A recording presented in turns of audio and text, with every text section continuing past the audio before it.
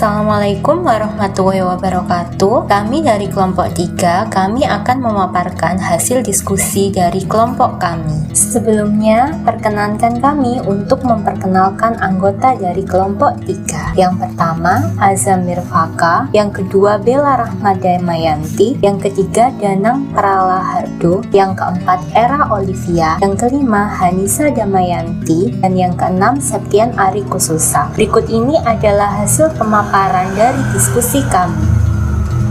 Jelaskan secara rinci tentang prinsip kontinu dan contoh implementasinya dalam pembelajaran. Rumuskanlah prinsip relevansi kurikulum di salah satu sekolah. Terdapat 5 prinsip dalam pengembangan kurikulum, salah satunya prinsip kontinu.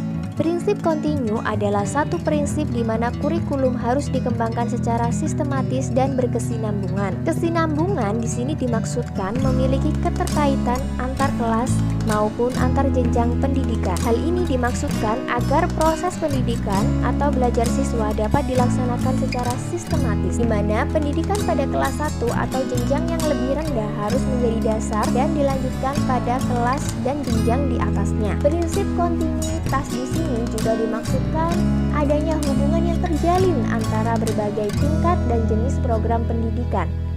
Dengan demikian, dengan adanya prinsip kontinu diharapkan tidak membuat pengulangan materi pada jenjang berikutnya yang mengakibatkan kejenuhan peserta didik maupun guru dalam proses pembelajaran. Contoh implementasi dalam pembelajaran, misalnya pada pembelajaran bahasa Indonesia. Pada jenjang kelas 1, siswa belajar mengenal huruf dan kata. Pada jenjang kelas 2, siswa mulai belajar merangkai kata menjadi suatu kalimat sederhana.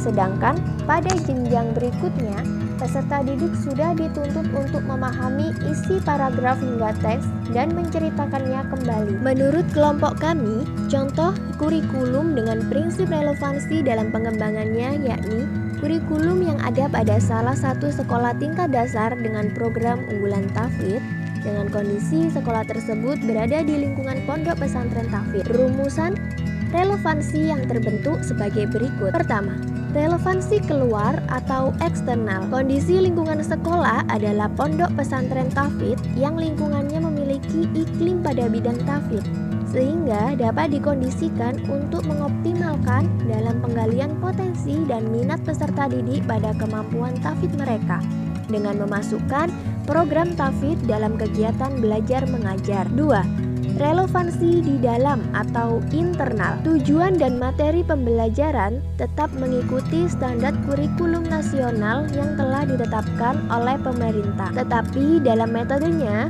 sekolah tersebut mengembangkan kurikulum dengan menambahkan metode WAFA atau Baghdadi untuk pelaksanaan program unggulan tahfidznya. Berdasarkan pengembangan tersebut, maka pelaksanaan evaluasi juga dikembangkan sesuai dengan program unggulan sekolah tersebut. Demikian hasil diskusi dari kelompok kami. Atas perhatiannya kami ucapkan terima kasih. Wassalamualaikum warahmatullahi wabarakatuh.